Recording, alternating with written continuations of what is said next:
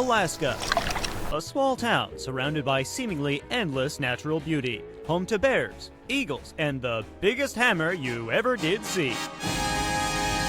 In its shadow, the world's first hammer museum. And yeah, it's exactly what it sounds like. We're an organization that's dedicated to preserving the history of the hammer. Dave says the museum is home to about 2,000 hammers, from baby's first hammer to judge's gavels, a 24-karat gold hammer, glass hammers, claw hammers, a claw hammer made from a real claw, even double-clawed hammers, used, we're told, to remove really long nails, big heavy hammers, and smaller ones for more delicate work. No matter the task, somewhere in here, Dave probably has the right tool for the job, as long as it's a hammer. You know, I always wanted to be a do-it-yourselfer. I got involved with blacksmithing, coppercraft, all different kinds of carpentry, and I had hammers hanging all over the walls in our log cabin. And at one point, my wife just said, "Dave, enough is enough."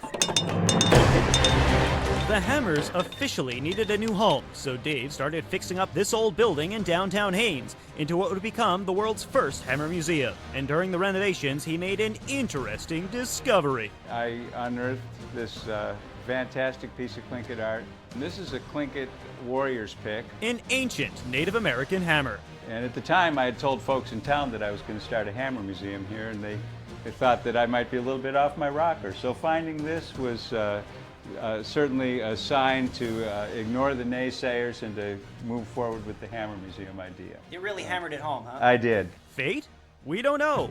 But Dave says about 6,000 people bear witness to this comprehensive collection every year. This particular hammer ball was used in the construction of one of the pyramids at Giza. How do we know that this is an Egyptian hammer, not just some rock? Well, we're really fortunate that this hammer was donated to our museum by the archaeologist who found it.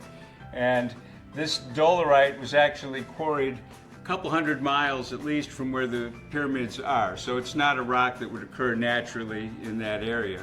This is a real Tim the Tool Man Taylor hammer. His signature hammer with his signature on it. This is a bank teller's hammer used for canceling checks back in the mid-1800s. So now I want to show you one of our more modern hammers designed especially for computer repair. And it's as simple as turning the crank. Let me demonstrate. Dave's hammer collection and knowledge is impressive. So impressive, it prompted a very well-known group of history buffs to make a significant donation. Where on earth did you find these magnificent mallet models?